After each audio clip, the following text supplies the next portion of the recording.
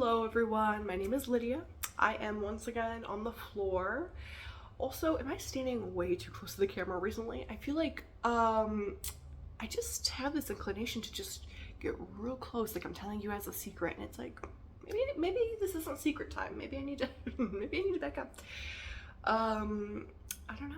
But today I wanted to sort of bring up this question that I've been thinking about, and it's been ruminating in my head for the last couple of years, but I feel like it's only been the past few days where I've really been picking apart this question a little bit more. And the question is, does being an artist imply somebody who makes art? Or does being an artist mean that you have to be somebody who makes art? And I think for a lot of people, the answer would be a resounding yes, maybe a resounding obviously. But more and more recently, I have been coming to the conclusion that it is a no. It's a no. In my heart of hearts, the answer is no. And I guess another question that might be helpful when thinking about this topic is, well, what constitutes art, right? And everybody's been asking that. You know, everybody's asked that for a millennium, right? And, you know, who can really say what art is at the end of the day? Many people have a different idea of what art is or means.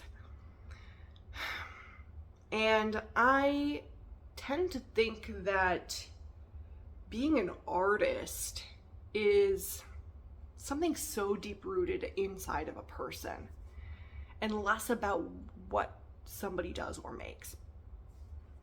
Of course, I think that you can be a person who makes art who is not carrying or holding the spirit of an artist.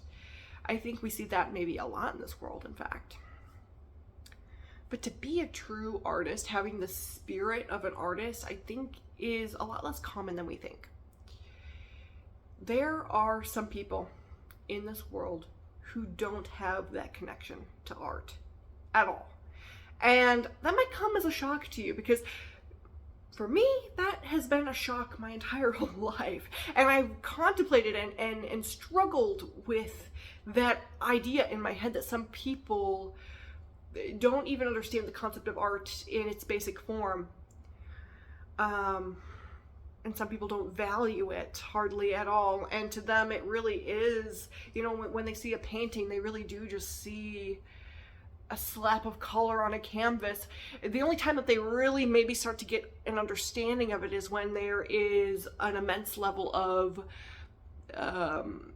craftsmanship, or maybe a better word would just be like skill, that takes only insane amounts of practice and knowledge to even recreate. So I just, you know, there are some people out there that really, they just don't seem to get it. And there's no amount of debating or talking about it with these people to have them understand it, because it's a feeling within. And if you're an artist, it's just funny because, like, a lot of us contemplate whether we're an artist or a true artist a lot in our lives. A lot of us artists, that's like a thought that we think of frequently. But in my own personal life, anytime that I've ever second guessed whether I was a true artist, I just replay these conversations that I would have with a number of my family members who just don't understand art on a basic level.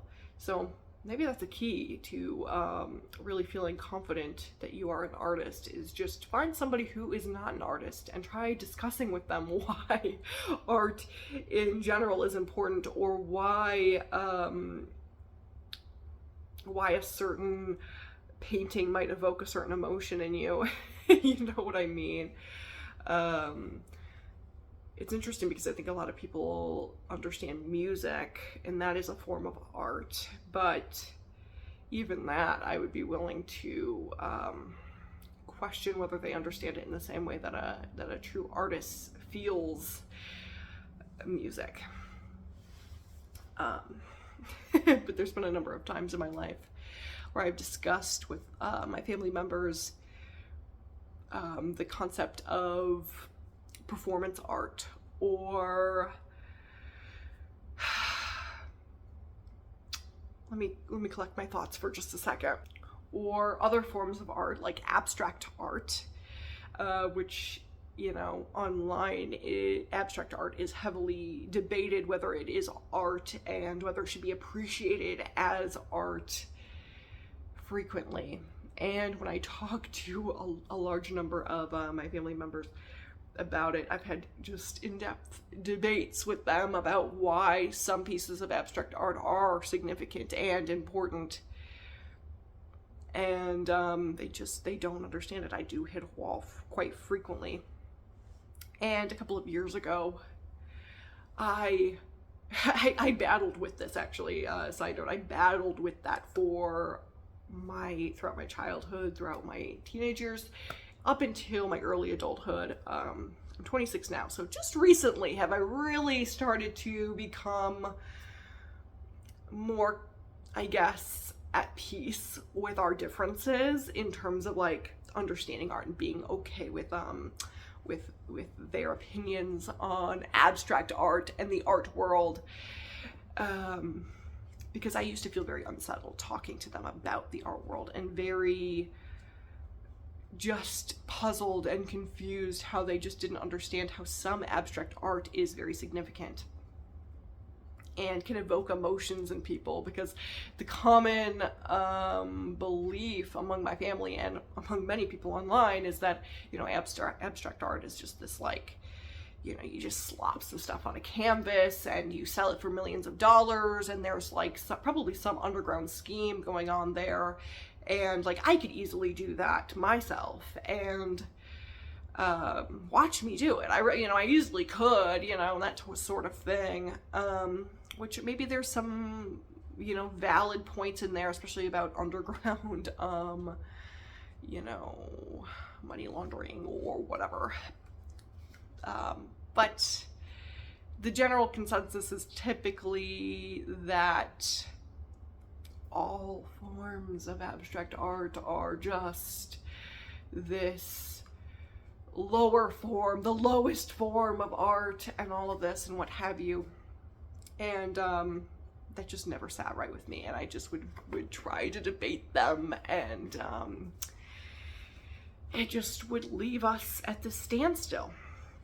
And a couple of years ago, I don't know how I found this. I do not know how I found this, but Lord knows how I found this, because I love looking into all sorts of different like screenplays, and I love musical theater. And so I don't really know how I came upon this, but I did. And it was this play called Art by Yasmina Reza. Watch me mispronounce it. Art. And when I first watched the play, I was obsessed, because this is the exact conversation that I had been having with my family and had seen happen online for years. And finally, this book, it's actually a play, but this, you know, screenplay, sort of came to a conclusion that felt satisfactory to me, that made me feel more at peace with this common battle, this common misunderstanding between these two sides of the coin. And I really like this screenplay. It's really good. So if you ever want to go on YouTube and try to watch it, it's very interesting. But essentially there are these three friends, one of which brings home a blank white canvas. I think maybe there's 1 or 2 layers of white paint on there, so the canvas essentially looks blank. And I don't remember how much he paid for it, but it was a lot of money. Maybe $4 million or something like that. He brings it home, And the friend is just completely enthralled with it. He loves this piece, and he has it in his apartment in New York, and he says that it's even an investment. It's just this whole thing. And the second friend comes in, and he is visibly very upset that this buddy of his has brought home this blank canvas, essentially, and he and him go back and forth, and they battle it out, having very similar conversations that I see online and that I've had with my family members. And they both bring up pretty valid points, but the friend who is against the painting is visibly very, very upset, and just cannot understand why somebody would spend that much money on this painting. And then there's this third friend that sort of is this mediator, and sort of can pick apart both of their arguments, and has sort of this more philosophical way of looking and breaking apart their two sides of the coin. So I love this, and I had to buy this as sort of this like little mental reminder for me, because being a true artist in my spirit, it is so hard for me sometimes to understand other people's point of view when it is so opposed to what my spirit knows or feels like it knows as fact. You know, how can you not feel art? How can you not feel a piece? How can these things not be so all-encompassing to somebody? But the fact of the matter is that it's not to some people, and some people's existence is so vastly different than my own. And it's like, I either just have to become, I guess, accepting of that, or become opposing to that, right? I mean, what is the middle ground between acceptance or opposing? I do not know, but yeah, this was just sort of my little like nod to my my debates that I've had with my family over the years, and my acceptance with it, and where I am being an artist today. And more on that, like, I have always felt these things, you know, I feel in my core that I am an artist. And I've of course battled over the years that title, being an artist, especially when I was in Toxic Mold for a great number of years, and it was a complete all-encompassing experience. It was a prison cell, truly, honestly. I was debilitated and extremely sick. I talk about that quite frequently on this channel, but it was rough, and through those years, I could barely form a thought. I was quite literally a walking zombie, and so there was no art being made or had, and oftentimes no art even being felt.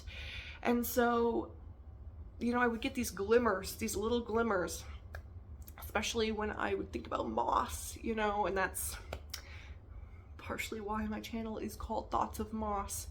But you know, I would get these little glimmers in me of that spark, of that artist, all-encompassing spark, you know, and then it would just go away. And it was like that for years, where I wasn't creating at all. And I really, at some points, couldn't even fathom a mind in which was clear enough to ever create art again, or a life in which I was free, ever.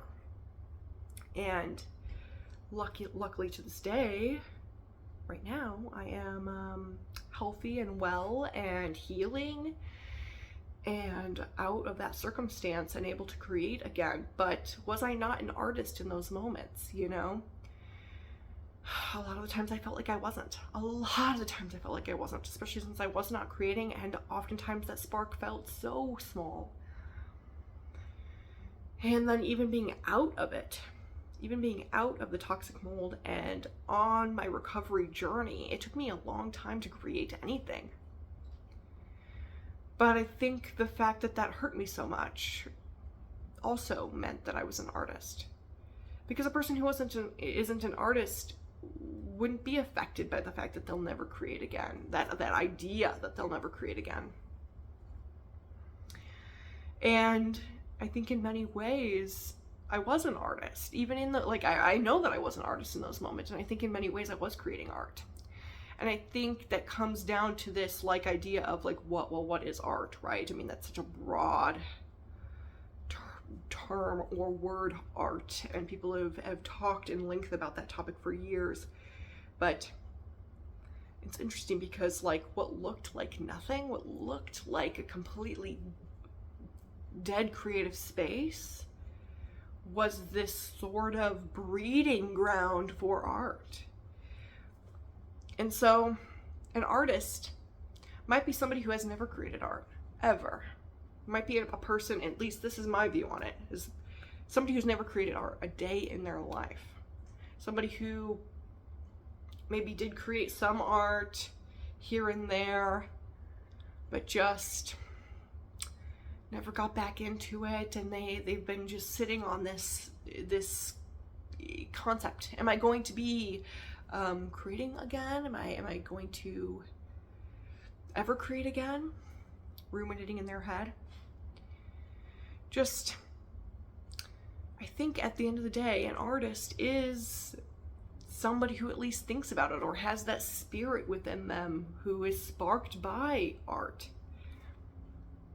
Because even in those moments where I did absolutely nothing, I created no art visibly, I was in the process of creating art by doing nothing, by doing visibly to the world nothing, by visibly to the world having no thought in my mind and only being able to focus on like a YouTube video at best. Some days I just felt so brain dead that that's really all I could muster up was just, let me just try to just focus on a YouTube video and just maybe even zone out a little bit. Probably mostly zone out, actually.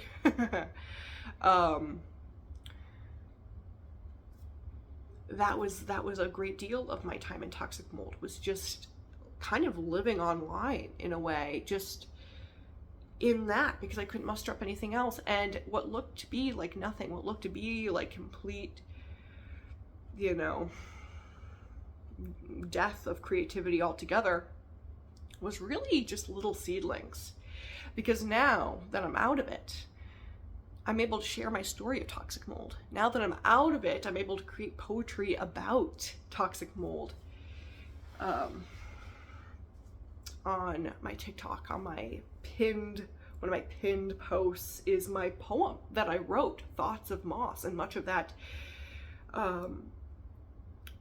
bloomed and was created from my little sparks that I would have, just these little moments that I would have after being a zombie for a month and just feeling a little spark from seeing moss or thinking about moss, and just a little bit of my creativity would arise again. Or then the sensation of springtime happening, knowing that the moss was going to be uncovered from all of that winter and all of that ice, and the spiritual meanings of that underground blooming that's happening under the surface of all that snow. But all of that was going on, even though it looked like it was just a death of creativity. It looked like a forever winter, but really there was growth happening beneath the surface. And even that time in my life, on the moments when I had little bits of clarity, and I wasn't creating anything at all, I still wasn't creating, I still wasn't capable, but I would have these little moments of clarity. I would feel these feelings of like, of a new spring about to happen, and little glimmers of hope, and little breaking points of like my cogwheel starting to unrust a little bit. And those were essentially spiritually a very similar process to, let's say, an artist getting all of their utensils ready. An artist grabbing that glass of water, their paint brushes, getting their paints all set out, having the canvas set out in front of them, doing the first wash of water, maybe making the first little outlines of trees, but nothing's there yet. It looks like nothing. It looks like paint splattered on a canvas, right? It looks essentially like nothing. But really, that is something. That time, that season of winter doing absolutely nothing, where we question, am I an artist? Am I really an artist? I'm doing absolutely nothing. That is the bloom that is happening for the future, because a true artist, I think, at the end of the day, a true artist just cannot live without creating in their life. Maybe that's just me. Maybe some people can withstand the eternal pain that would cause, but I don't know. I have to just, there's that part of me that's like, I really believe that a true artist could not live long term without creating absolutely nothing. And that even when they're not creating, they are creating. Even when they're not creating, little seedlings are being formed. So an artist might not be a person who creates art. An artist might be a person who hasn't created art almost their entire life until the end of their life, and everything that they have thought about, concepts that they had circulating in their head, come to life in one single painting. And some people might call that person a person who has created a painting instead of an artist. But really, that person was an artist all along. Those are my thoughts. And that's it. So let me know, what do you think? And if you think I'm wrong, let me know. Let me know what your thoughts are on this. Because there are unbelievably so, there are some people in this world who just have no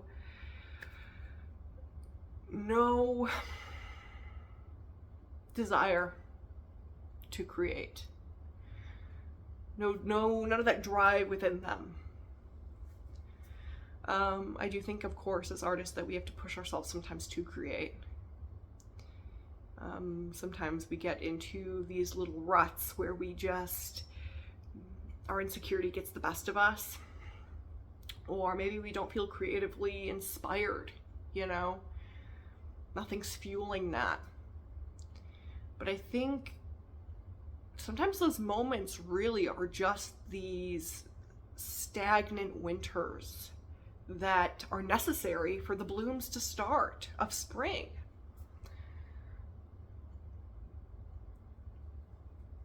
Yeah, sometimes you have to just, I guess, determine what that is in your life. Like, am I in a winter, or am I just prolonging a winter that doesn't need to exist? Prolonging a summer. You know, that's what I meant to say.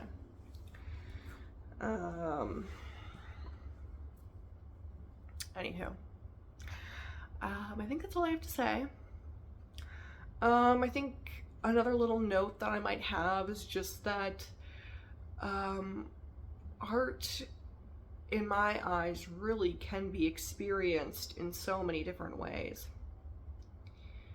And I think this is a big reason why sometimes I vouch so heavily for freedom of complete expression, even if it seems insane. Like, I was talking about this in one of my other videos, that the fact checking is sometimes just, well, all the time in my eyes, just insane, because something that can be considered false information can be considered a true gem of art for somebody else, which maybe sounds like two totally different topics, but really, truly, some of the most amazing things that I have created in my life have come from just the tiniest little idea.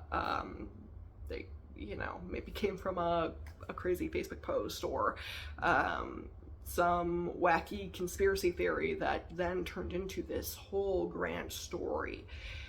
You never know what's going to spark somebody else's art, and I think there's just so much value in that.